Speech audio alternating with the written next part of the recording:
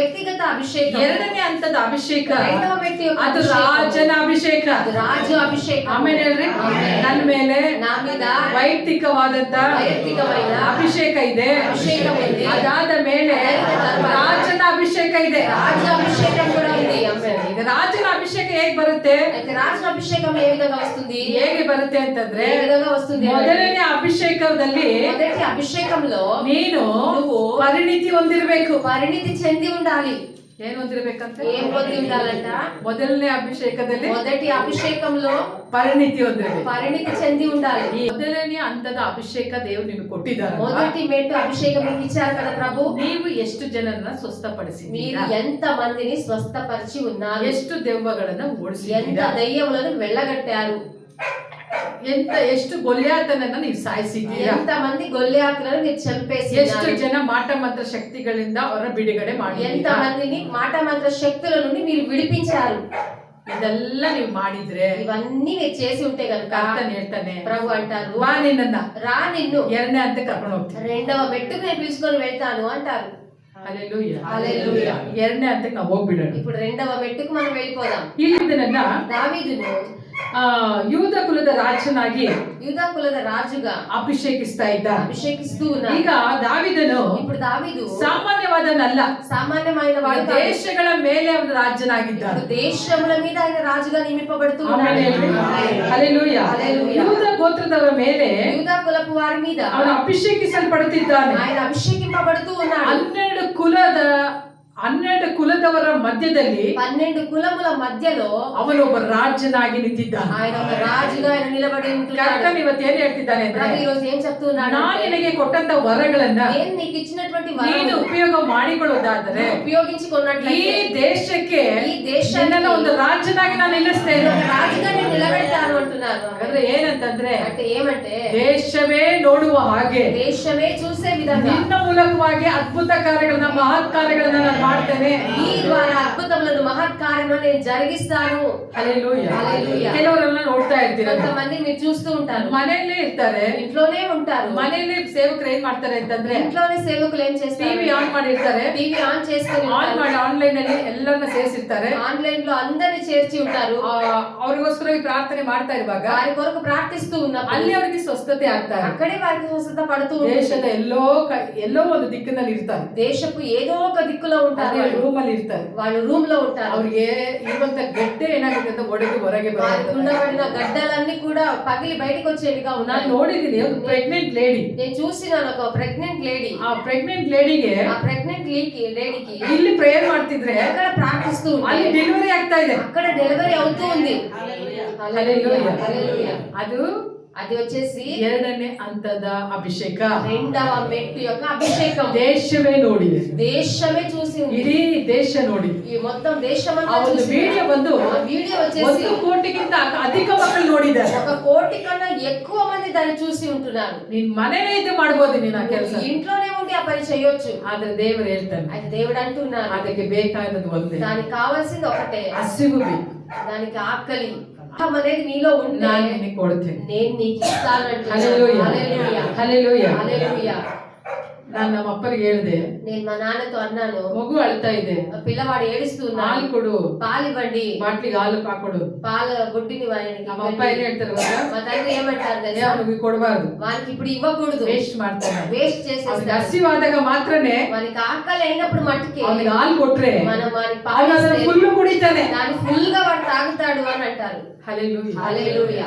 ಎಷ್ಟು ನಿಜ ಅಲ್ವಾ? ఎంత నిజం కదా అది. ಹಾಗೆ అదే విధంగా ಪರಲೋಕದ ತಂದೆಯು ಸಹ పరలోకపు తండ్రి కూడా ಆತ ನೋಡುತ್ತಾ ಇದ್ದಾನೆ. ఆయన చూస్తూ ఉన్నాడు. ಯಾರು ಬಹಳ ಹಸಿವಿನಿಂದ ಇದ್ದಾರೆ, ఎవరు చాలా ఆకలి కొని ఉంటున్నారు, ಆತ್ಮಿಕವಾದಂತ ಹಸಿವು ಯಾರ ಒಳಗೆ ಇದೆಯೋ ఆత్మికమైన ఆకలి ఎవరిలో అయితే ఉందో ಅವರಿಗೆ ಇಂಥ ಮಹತ್ ಕಾರ್ಯಗಳನ್ನ ಸೂಚಕ ಕಾರ್ಯಗಳನ್ನ ಮಾಡುವಂತ ಎರಡನೇ ಹಂತದ ಅಭಿಷೇಕದಿಂದ ಕರ್ತನಾದ ದೇವರು ಅವರನ್ನು ತುಂಬಿಸುವಂತನಾಗಿದ್ದಾರೆ. అలాంటి ఆకలి దునిన వారికి ఈ రెండవ వ్యక్తి యొక్క అభిషేకము ద్వారా అద్భుతాలు మహత్కార్యాలు జరిగించగలిగిన ఒక అధికారం ఇచ్చి ఆయన ನಿನಗೆ ಶಕ್ತಿ ಇದೆಯೋ ನಿನಗೆ ಸಮಯ ಇದೆಯೋ ಅದನ್ನ ಕರ್ತ ನೋಡೋದಿಲ್ಲ. నీకు శక్తి ఉందో సమయం ఉందో అది చూడడు ప్రభు. ಅಯ್ಯೋ ನಿನಗೆ ಪ್ರಾರ್ಥಿಸಲಿಕ್ಕೆ ಸಮಯ ಏನಂತ ಇರಬಹುದು, అయితే నీకు ప్రార్థించడానికి సమయం ಆದ್ರೆ లేకపోవచ్చు. ಕರ್ತನು ನೋಡುವಂತದ್ದು అయితే ప్రభు చూడడం అనేది ನಿನ್ನ ಒಳಗಿರುವಂತ ಹಸಿವನ್ನ నీ ನೋಡುವಾತನಾಗಿದ್ದಾನೆ. లోపల ఉండబడిన దాహమును ఆయన చూస్తాడు. ಹಸಿವನ್ನ ಆತ నీ ನೋಡುವಾತನಾಗಿದ್ದಾನೆ. లోపల ఉండబడిన ఆకలిని ప్రభు చూస్తాడు. ಯಾವಾಗ ಹಸಿವಿರುತ್ತೋ ఎప్పుడు ఆకలి కలిగి ಆಗ ఉంటాడో ಕರ್ತ ನಿನಗೆ ಸಂಪೂರ್ಣವಾಗಿ ಆ ಶಕ್ತಿಯನ್ನು అప్పుడు ಕೊಡುವಾತನಾಗಿದ್ದಾನೆ. సంపూర్ణంగా ఆ శక్తిని ప్రభు అందించే దేవుడు. ಅದೇ ಇವತ್ತು ರಾತ್ರಿ అయితే ఈ రోజు రాత్రి మీరు ದೇವರೇ,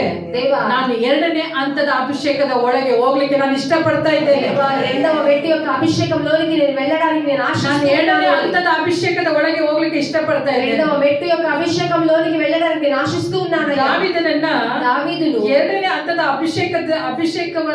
ಎರಡನೇ ಹಂತದ ಅಭಿಷೇಕದಲ್ಲಿ ದಾವೀದನು ಬರುವಾಗ రెండవ వ్యక్తి యొక్క అభిషేకంలోనికి దావీదు వచ్చినప్పుడు ದೇಶಗಳ ಮೇಲೆ దేశముల మీద, ರಾಜ್ಯಗಳ ಮೇಲೆ రాజ్యముల ಅವನು మీద ಒಡೆತನವನ್ನು ಮಾಡಿದನು ಎಂಬುದಾಗಿ ఆయన నాయకత్వము పరిపాలన చేశాడు. ಎಲ್ಲ ರಾಜ್ಯಗಳನ್ನ అందరు రాజులను ಅವನು ಸೋಲಿಸಿದ ಎಂಬುದಾಗಿ ನೋಡುತ್ತೇವೆ. ఓడించాడు అని మనం చూస్తున్నాం. ರಾಜ್ಯಗಳ ಮೇಲೆ ಇರುವ ಶಾಪಗಳನ್ನ, రాజ్యముల మీద ఉండబడిన శాపములు, ರಾಜ್ಯಗಳ ಮೇಲೆ ಇರುವಂತಹ ಅಂಧಕಾರದ ಶಕ್ತಿಗಳ ಬಲಗಳನ್ನ, రాజ్యముల మీద ఉండబడిన అంధకార శక్తుల బలములు, ದೇಶದ ಮೇಲೆ ಇರುವಂತಹ ನಿರ್ದಿಷ್ಟ ಶಾಪಗಳನ್ನ దేశం మీద ఉండబడిన శాపములను ಮುರಿದು ಹಾಕುವಂತ విరిచి వేసే ಒಂದು ಅಭಿಷೇಕವನ್ನ అభిషేకాన్ని ಕರ್ತನು ప్రభు ಅಶ್ವಿನಲ್ಲಿ ಇರುವವರಿಗೆ ಅದನ್ನು ఆకలితో ಕೊಡುವಾತನಾಗಿದ್ದಾನೆ. ఉండిన వారికి ప్రభు అనుగ్రహించే దేవుడై ఉంటున్నాడు. ఆమేన్. ಹಲ್ಲೆಲೂಯಾ. హల్లెలూయా. ಇವತ್ತು ನಿನಗೆ ಆ ಹಸಿವಿದೆಯಾ? ఈ రోజు నీకు ఆ ఆకలి ఉందా?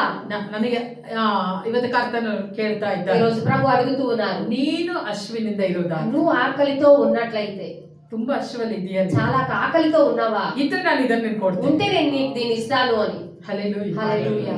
ದಾವೀದನು దావీదు ಅವನು ಹಸಿವಿನಿಂದ ಇದ್ದ. ఆయన ఆకలితో ఉన్నాడు.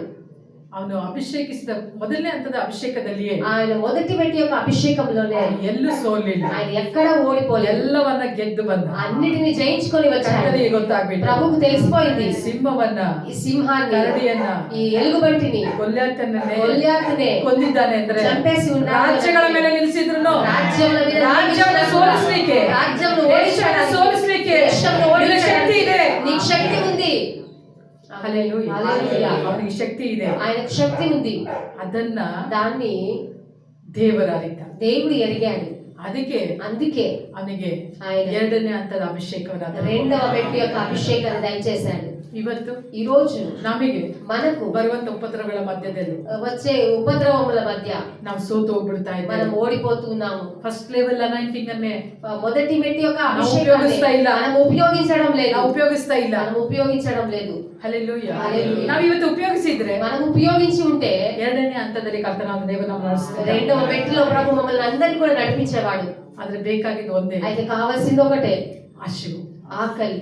ಯಾವಾಗ ಹಸಿವು ನಮ್ಮೊಳಗೆ ಬರುತ್ತೋ, ఎప్పుడైతే ఆకలి మనలో వస్తుందో ಕರ್ತನು ಆ ಹಸಿವನ್ನು ತೀರಿಸಲಿಕ್ಕೆ ఆ ప్రభు ఆకలిని తీర్చడానికి ಇವತ್ತಿಗೂ ಅದರ ದಾಹವುಳ್ಳವನಾಗಿ ఈ రోజు కూడా దాహము కలిగి ఆయన ఉంటున్నాడు. ಹಲ್ಲೆಲೂಯಾ. హల్లెలూయా. ಹಲ್ಲೆಲೂಯಾ. ಅಭಿಷೇಕ ಏನ್ ಮಾಡುತ್ತೆ ಅಂತಂದ್ರೆ అభిషేకం ఏం చేస్తుంది అంటే ಮನುಷ್ಯನನ್ನ ಸಂಧಿಸುವಂತದಾಗಿ. మనుషులను సంధించేదిగా ఉంది. ಈಗ ದೇವರು ఇప్పుడు దేవుడు ಎರಡು ರೀತಿಯ ಅಭಿಷೇಕವನ್ನು ಕೊಡುವಾಗಲೂ రెండు విధమైన అభిషేకములు ఇచ్చినప్పుడు ವೈಯಕ್ತಿಕವಾಗಿ ನಿನ್ನನ್ನು ಆಶೀರ್ವಾದ ಮಾಡ್ತಾನೆ. వ్యక్తిగతంగా నిన్ను ఆశీర్వదిస్తాడు. ಎರಡನೇದಾಗಿ ನೋಡುವಾಗ రెండవదిగా చూసినప్పుడు ದೇಶಗಳನ್ನ ಆಶೀರ್ವಾದ ಮಾಡ್ತಾನೆ. దేశములను కూడా ఆశీర్వదిస్తాడు. ಮೊದಲನೇ ಹಂತ ಅಭಿಷೇಕ, మొదటి వ్యక్తి యొక్క ಎರಡನೇ అభిషేకం, ಹಂತ ಅಭಿಷೇಕ, రెండవ వ్యక్తి యొక్క అభిషేకం, ಎರಡನ್ನ ನೀನು ಅನುಭವಿಸ್ಬೇಕಂದ್ರೆ రెండును నువ్వు అనుభవించాలి ಒಂದು అంటే ಹಸಿವು ಇರ್ಬೇಕು. ఒకటి ఆకలి ఉండాలి. ಹಸಿವಿನೊಟ್ಟಿಗೆ ఆ ఆకలితో పాటు ನಿನ್ನ ಸಂಬಂಧ నీ యొక్క సంబంధం ದೇವರೊಟ್ಟಿಗೆ ಇರ್ಬೇಕು. దేవునితోనే ఉండాలి. ಹಲ್ಲೆಲೂಯಾ. హల్లెలూయా. ದೇವರೊಟ್ಟಿಗೆ ಇರಬೇಕು. దేవునితోనే ఉండాలి. ದೇವರೊಟ್ಟಿಗೆ ಮಾತನಾಡ್ತಾ దేవునితో ಇರ್ಬೇಕು. మాట్లాడుతూ ఉండాలి. ನಾನು ಹೇಳುವಂತದ್ದು నేను ಏನಂತ, చెప్పేటువంటిది ఏమంటే ಏನೋ ನಾನು 5-6 ಗಂಟೆ ನೀವು ಇದು ಚೇರ್ ಹಾಕೊಂಡು ಇಲ್ಲ ಹಾಗೆ ಕೂತ್ಕೊಂಡು ಪ್ರೇಯರ್ ರೂಮ್ ಅಲ್ಲಿ ಕೂತ್ಕೊಂಡು ಪ್ರೇಯರ್ ಮಾಡ್ರಿ ಅಂತ ನಾನು ಹೇಳ್ತಾ ಇಲ್ಲ. నేనేమో 5-6 గంటల సేపు దేవుని చర్చిలోనో లేకుంటే మీ ఇంటి ప్రార్థనలోనో కూర్చొని ప్రార్థించమని చెప్పడం లేదు. ಆದ್ರೆ ನೀವು ದೇವರೊಟ್ಟಿಗೆ ಒಂದು ಸಂಬಂಧವನ್ನು ಬೆಳೆಸಿಕೊಂಡವರಾಗಿರ್ಬೇಕು. అయితే దేవుడితో ఒక సంబంధము మీరు పెట్టుకున్న వారుగా మీరు జీవించాలి. ದೇವರೊಟ್ಟಿಗೆ ಸಂಬಂಧವನ್ನ ಇಟ್ಟುಕೊಳ್ಳಬೇಕು. దేవునితో సంబంధం ఉంచుకోవాలి. ನಿಮ್ಮ ಮನೆಯಲ್ಲಿ మీ ఇంటిలో ಹೇಗೆ ఏ విధంగా ನಿಮ್ಮ ಮಕ್ಕಳೊಟ್ಟಿಗೆಯೋ నీ పిల్లలతోనో ನಿಮ್ಮ ತಾಯಿಯೊಟ್ಟಿಗೆಯೋ తల్లితోనో ಇಲ್ಲ ನಿನ್ನ ಯಜಮಾನರೊಟ್ಟಿಗೆಯೋ లేదా నీ భర్తతోనో ನೀನು ಹೇಗೆ ಸಂಬಂಧವನ್ನು ಇಟ್ಟುಕೊಂಡಿದೆಯೋ ఏ విధంగా సంబంధం ఉంచుకొని ಪ್ರತಿಯೊಂದನ್ನು ಹೇಗೆ ಹಂಚಿಕೊಳ್ತಾ ಇದೆಯೋ ప్రతి ఒక్కటి ఏ విధంగా పంచుకుంటావో ಅದೇ ಪ್ರಕಾರವಾಗಿ అదే ನಿನ್ನ విధంగా ದೇವರೊಟ್ಟಿಗೆ ಮಾತನಾಡುವುದನ್ನ దేవునితో మాట్లాడేదాన్ని ಪಳಗಿಸಿಕೊಳ್ಳಬೇಕು. నువ్వు దాన్ని రూಢిగా చేసుకోవాలి. ಹಲ್ಲೆಲೂಯಾ. హల్లెలూయా. ನೀವು ಅದನ್ನ ಯಾವಾಗ మీరు ఎప్పుడైతే దాన్ని ಅದನ್ನ ಅಧಿಕಗೊಳಿಸ್ತೀರೋ దాన్ని అధికంగా చేస్తూ ఉంటారో ಆಗ అప్పుడు ಮಹಿಮೆ ಇಳಿದು మహిమ ಬರುವಂತದ್ದಾಗಿರುತ್ತೆ. దిగి వచ్చేదిగా ఉంటుంది. ಹಲ್ಲೆಲೂಯಾ. హల్లెలూయా. ಇದು ಮಹಿಮೆಯ ಒಂದು ಲೆವೆಲ್ ಆಗಿದೆ. ఇది మహిమకరమైన ఒక మెట్టుగా ఉంటుంది. ಇದು ಮಹಿಮೆ ಬರುವಾಗ మహిమ వచ్చినప్పుడు ಖಂಡಿತವಾಗಿಯೂ ఖచ్చితంగా ನೀವು ಇದ್ದ ಹಾಗೆ మీరు ಇರುವುದಿಲ್ಲ. ఉన్న విధంగానే ఉండాలి. ನೀವು ಮಹಿಮೆ ಯಾವಾಗ ನಿಮ್ಮ ಮೇಲೆ ಇಳಿದು ఆ ಬರುತ್ತೋ మహిమ ఎప్పుడైతే మీ మీద దిగి వస్తుందో ದೇವರನ್ನ ಕಂಡುಕೊಳ್ಳುವಂತಹ మీరు అప్పుడు దేవుని కనుగొనేవారుగా మీరు ఉంటారు. ಹಲ್ಲೆಲೂಯಾ. హల్లెలూయా. ಮೋಶೆಯನ್ನು ನೋಡ್ತೇವೆ. మోషేను చూస్తున్నాము. ಮೋಶೆ ಹೇಳ್ತಾನೆ, మోషే అంటాడు, ಸ್ವಾಮಿ స్వామి ನಾನು ನಿನ್ನನ್ನು ನೋಡ್ಬೇಕು నేను నిన్ను చూడాలి ಅಂತ. ಮೋಶೆ అందుకు మోషే ನಿನ್ನ ಮಹಿಮೆಯನ್ನ నీ మహిమను ದಯಮಾಡಿ ನನಗೆ ತೋರಿಸು ಎಂಬುದಾಗಿ దయచేసి ಕೇಳ್ತಾನೆ. నాకు చూపించు అని ఉన్నాడు. ದೇವರೊಟ್ಟಿಗೆ ಇರುವಾಗ దేవునితో ఉన్నప్పుడు ಆತನ ಮಹಿಮೆಯನ್ನ ఆయన యొక్క మహిమను ನಾವು మనం ಕಂಡುಕೊಳ್ಳುವಂತವರಾಗಿರ್ತೇವೆ. కనుగొనేవారుగా మనం ఉంటాము. ಮೋಶೆ ಕೇಳ್ತಾ ಇದ್ದಾನೆ, మోషే అడుగుతూ ఉన్నాడు, ದೇವರೇ దేవా ಇಸ್ರಾಯೇಲರನ್ನ ನಡೆಸಬೇಕು. ఇశ్రాయేలును నడిపించాలి.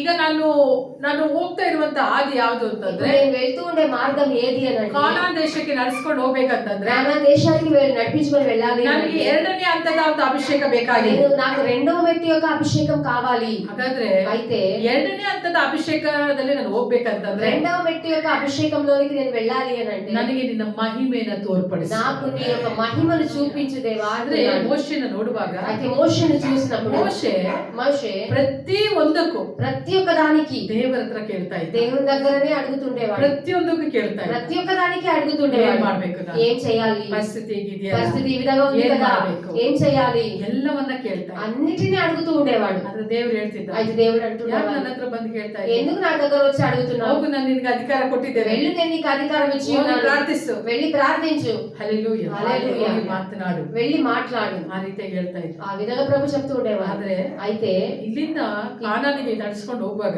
ఇక్కడ నుంచి కానాను నడిపించుకొని వెళ్తూ ఉన్నప్పుడు ಇನ್ನೂ ಕ್ಲಿಯರ್ ಆಗಿ ನಾನು ಹೇಳ್ತೇನೆ. ఇంకా క్లియర్ గా చెప్తాను. ಮೋಶೆ ಯಾವಾಗ ದೇವರನ್ನ ನೋಡ್ತಾನೋ, ఎప్పుడైతే దేవుని చూస్తాడో ದೇವರು ಹೇಳ್ತಾರೆ, దేవుడు ನೀನು ಹೋಗಿ ಫರೋಹನ ಮುಂದೆ ನಿಲ್ಲು. నువ్వు వెళ్ళి ఫరో ఎదుట నిలబడు. ಫರೋಹನ ಮುಂದೆ ನಿಂತು ఫరో ఎదుట నిలబడి ಇಸ್ರಾಯೇಲನ್ನ ಬಿಡುಗಡೆ ಮಾಡ್ಲಿಕ್ಕೆ ఇశ్రాయేలును ನಾನು విడిపించడానికి ನಿನ್ನನ್ನು ಒಬ್ಬ ನಾಯಕನಾಗಿ ನಿಲ್ಲಿಸ್ತೇನೆ ಅಂತ. నేను నీకు ఒక నాయకుడిగా నిలబెడతాను అని ಅಲ್ಲ, అన్నాడు. 10 ಉಪದ್ರವಗಳು ಬರುತ್ತೆ. అక్కడ 10 ఉపద్రవములు కలిగాయి. 10 ಉಪದ್ರವಗಳ ಮಧ್ಯದಲ್ಲಿಯೂ 10 ఉపద్రవముల మధ్యలో ಮೋಶೆ ಪ್ರಾರ್ಥನೆ ಮಾಡ್ತಾರೆ. మోషే ప్రార్థిస్తాడు. ಪ್ರಾರ್ಥನೆ ಮಾಡಿದಾಗ ಅಲ್ಲೇನಾಗುತ್ತೆ, ಬಿಡುಗಡೆ ಆಗ್ತದೆ. మోషే ప్రార్థించినప్పుడు అక్కడ విడుదల పొందుతాడు. First level anointing. ఇది ఫస్ట్ మెట్టు యొక్క అభిషేకం. ಎರಡನೇದಾಗಿ ಅವ್ನು ಕೇಳ್ತಾ ಇದ್ದಾನೆ, రెండవదిగా అడుగుతున్నాడు, ಸ್ವಾಮಿ ನಾನು ಈಗ నేను ఇప్పుడు ಈ ಜನರನ್ನ ఈ జనులను ಕಾನಾನ್ ದೇಶಕ್ಕೆ ನಡೆಸಬೇಕಂತಂದ್ರೆ కానాన్ దేశానికి ರಾಜ್ಯಗಳನ್ನ ದಾಟಿ ಹೋಗ್ಬೇಕಾಗಿ, రాజ్యాలను దాటుకొని ರಾಜ್ಯಗಳನ್ನ ಸಂಧಿಸಬೇಕಾಗಿ, రాజులను సంధించాలి. ಈ ರಾಜ್ಯಗಳನ್ನ ಸಂಧಿಸಬೇಕು, రాజులను సంధించాలి, ರಾಜ್ಯಗಳನ್ನ ಸೋಲಿಸಬೇಕು, రాజులను ఓడించాలి, ದೇಶಗಳನ್ನ ಸ್ವತಂತ್ರಿಸಿಕೊಳ್ಳಬೇಕು. దేశాలను స్వతంత్రించుకోవాలి అని అంటే ನನಗೆ ಬೇಕಾಗಿರುವಂತದ್ದು నాకు కావాల్సింది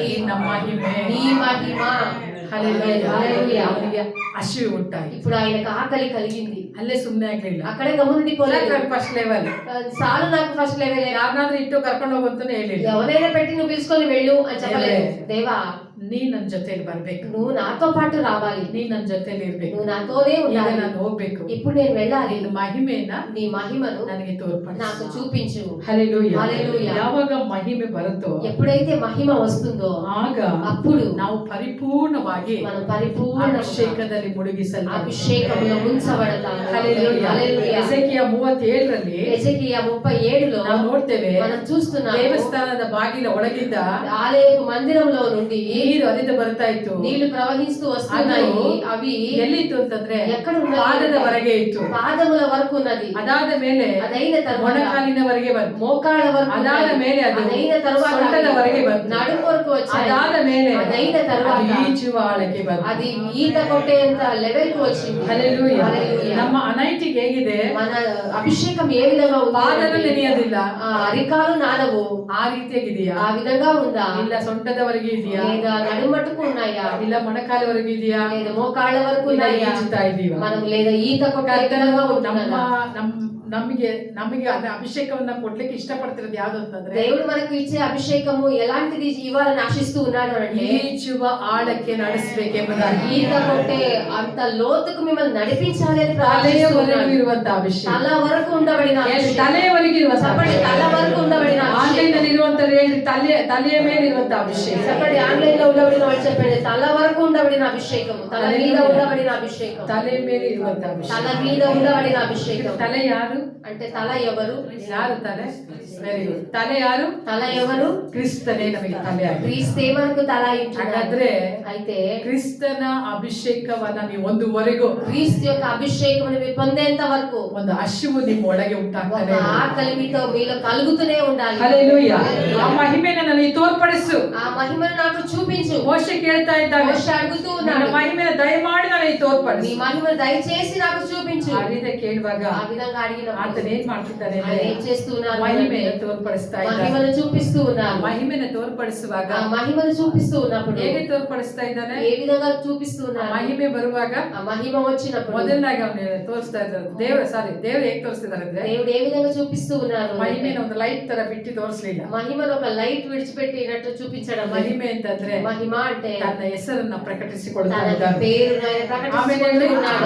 ತನ್ನ ಹೆಸರನ್ನ ಪ್ರಕಟಿಸಿಕೊಳ್ತಾ తన ಇದ್ದಾನೆ. పేరును ఆయన ప్రకటించుకుంటూ ఉన్నాడు. ಹೇಗೆ ಅಂತಂದ್ರೆ, ఏ విధంగానంటే ಯಾವನ ಮೇಲೆ ದಯ ಇಡುವೆನೋ ఎవరి మీద దయ ఉంచుతానో ಅವನ ಮೇಲೆ ದಯ ಇಡುವೆನು, వారి మీద నేను దయ ఉంచుతాను. ಯಾರನ್ನ ಕರುಣಿಸ್ತೇನೋ ఎవరిని కరుణిస్తానో ಅವರನ್ನ ಕರುಣಿಸುವೆನು వారిని కరుణించెదను ಎಂಬುದಾಗಿ ಆತನು ಹೇಳ್ತಾ అని ಇದ್ದಾನೆ. ఆయన చెప్తూ ఉన్నాడు. ಅದಾದ ಮೇಲೆ అదైన తర్వాత 34ನೇ ಅಧ್ಯಾಯ 34వ 6ನೇ అధ్యాయం ವಚನದಲ್ಲಿ 6వ వచనములో ಆತನು ಹೇಳ್ತಾ ಇದ್ದಾನೆ, ఆయన అంటూ ఉన్నాడు, ನಾನು ಯೆಹೋವ, నేను యెహోవా, ಕನಿಕರವು కనికరము, ದಯೆಯು దయే ಉಳ್ಳ ದೇವರಾಗಿದ್ದೇನೆ, కలిగిన దేవుడనై ದೀರ್ಘಶಾಂತನಾಗಿದ್ದೇನೆ, దీర్ఘశాంతుడనై ಪ್ರೀತಿಯುಳ್ಳವನಾಗಿದ್ದೇನೆ, ప్రేమ కలిగిన వాడనై ನಂಬಿಕೆಯುಳ್ಳವನಾಗಿದ್ದೇನೆ, నమ్మకము కలిగిన ಸಾವಿರಾರು ತಲೆಗಳವರೆಗೂ వేల తలల వరకు ದಯೆ ತೋರಿಸುವನಾಗಿದ್ದೇನೆ, నేను కృప చూపించేవాడనై ದೋಷ ಅಪರಾಧಗಳನ್ನ దోషములను అపరాధములను ಕ್ಷಮಿಸುವನಾಗಿದ್ದೇನೆ. క్షమించేవాడిగా నేను ಆದರೂ ఉన్నాను. అయినా ಅಪರಾಧಗಳನ್ನ దోషులను ಶಿಕ್ಷಿಸದೆ ಬಿಡದವನು ಆಗಿದ್ದೇನೆ. శిక్షించక వదిలిపెట్టను అనేవాడుగా ఉంటున్నాను. ತಂದೆಗಳ ದೋಷ ಫಲವನ್ನ తండ్రుల దోష ಮಕ್ಕಳ ఫలములను ಮೇಲೆ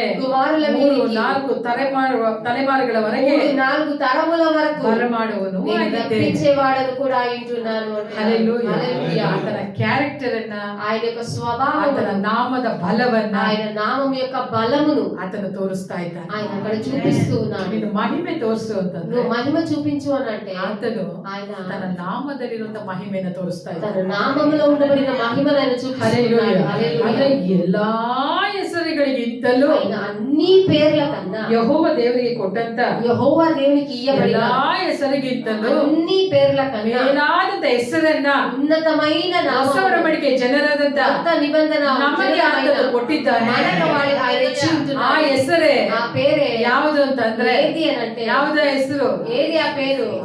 ಆ ಮರಿಯಮ್ಮನ ಯಾವ ಹೆಸರು? ಎಷ್ಟು ಚೆನ್ನಾಗಿ ಹೇಳ್ತಿದ್ದೀರಾ. ఇది యేసు నామం. ಆ? ಎಲ್ಲ ನಾಮಗಳಿಗಿಂತಲೂ అన్ని నామముల ಮೇಲಾದಂತ ನಾಮ పైనామమైన ಯೇಸುವಿನ ನಾಮ. యేసయ్య నామమై ఉంటున్నది. అమ్మాయి హల్లెలూయా. హల్లెలూయా. ಇಲ್ಲಿ ಮೋಶೆಗೆ ఇక్కడ మోషేకు ಆತನು ಹೇಳ್ತಿದ್ದಾನೆ, ఆయన అంటున్నారు, ಮಹಿಮೆ ಅಂತಂದ್ರೆ మహిమ అంటే ನನ್ನ ಹೆಸರಪ್ಪ, నా పేరయ్యా, ನನ್ನ ಗುಣಲಕ್ಷಣಗಳು, నా యొక్క స్వభావములు, ಕ್ಯಾರೆಕ್ಟರ್ ಅದು, నా యొక్క లక్షణములు, ಅದನ್ನ ಫಸ್ಟ್ ತಿಳ್ಕೊ. దాని మొదటిగా నువ్వు తెలుసుకో. ಯಾವಾಗ ನನ್ನನ್ನು ತಿಳ್ಕೊಳ್ತೀಯೋ ఎప్పుడైతే నన్ను తెలుసుకుంటావో ಆಗ అప్పుడు ನೀನು నువ్వు ನನ್ನ ಮಹಿಮೆಯನ್ನು ತಿಳ್ಕೊಂಡಂಗೆ. నా మహిమను తెలుసుకున్నట్లే. ಹಲ್ಲೆಲೂಯಾ. హల్లెలూయా. ಆತನು ಎಂತವನು ಗೊತ್ತಾ ಅಂತ ఆయన ಹೇಳ್ತಾನೆ. ఎలాంటి వాడు తెలుసా? ಅದನ್ನ ನಾವು ತಿಳ್ಕೊಳ್ಬೇಕು. దాన్ని మనం తెలుసుకోవాలి. ಹಲ್ಲೆಲೂಯಾ. హల్లెలూయా. ನಾವು ಆರಾಧಿಸುವಂತ ದೇವರು మనం ఆరాధించే దేవుడు ಎಂತವನು ಎಂಬುದಾಗಿ ఎలాంటి వాడు అనే ಅನುಭವದಿಂದ అనుభవముతో ಯಾವಾಗ ಸವಿದು ನೋಡುತ್ತೀಯೋ ఎప్పుడైతే మనం రుచి చూస్తామో ಆಗ అప్పుడు ಆತನ ಮಹಿಮೆ ఆయన మహిమ ಮೇಲೆ ಇಳಿದು ಬರುತ್ತದೆ. దిగి వచ్చేదిగా ఉంటుంది. హల్లెలూయా. హల్లెలూయా.